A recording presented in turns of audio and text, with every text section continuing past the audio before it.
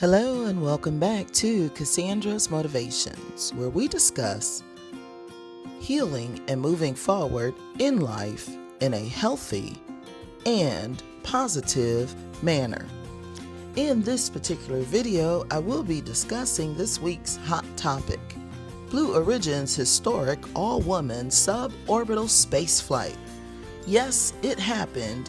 Yes, it made headlines. And yes, people still found a way to be mad about it.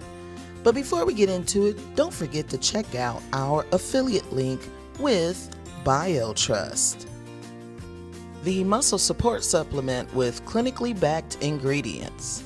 Ageless Muscle provides support to combat age-related muscle loss and strength loss.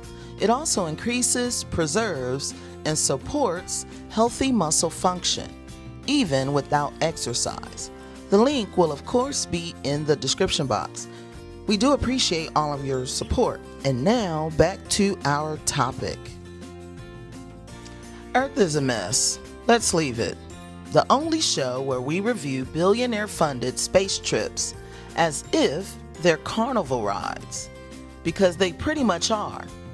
Blue Origin's historic all-women suborbital spaceflight? Yes, it happened.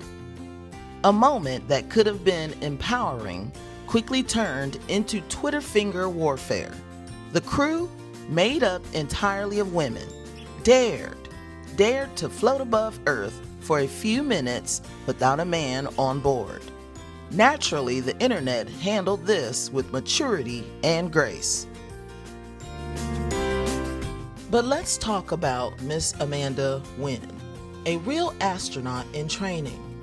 Emphasis on in training, the thing you do when you're serious about space and not just there for social media content. She left the program not because she wasn't capable, but because she had to stop and fight something a little more earthly, being assaulted during her time in the field. I usually have nice words to say, but in this moment, I just want all survivors to know that you can heal. No dream is too wild. So while some folks were out here arguing about whether women on a space ride should be called astronauts, Miss Nguyen was literally dodging meteors of misogyny in real life, which, to be fair, is the more dangerous atmosphere.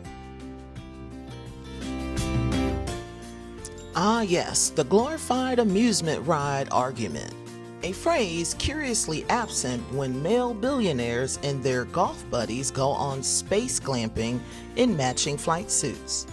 Jeff Bezos himself floated around like a zero-gravity cowboy, and he was called a pioneer. But when it's a group of women, suddenly it's just space brunch.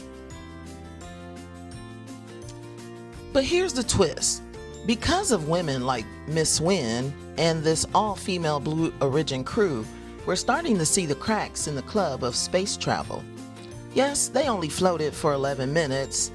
Yes, they didn't do spacewalks or science experiments. But guess what? Neither did Bezos.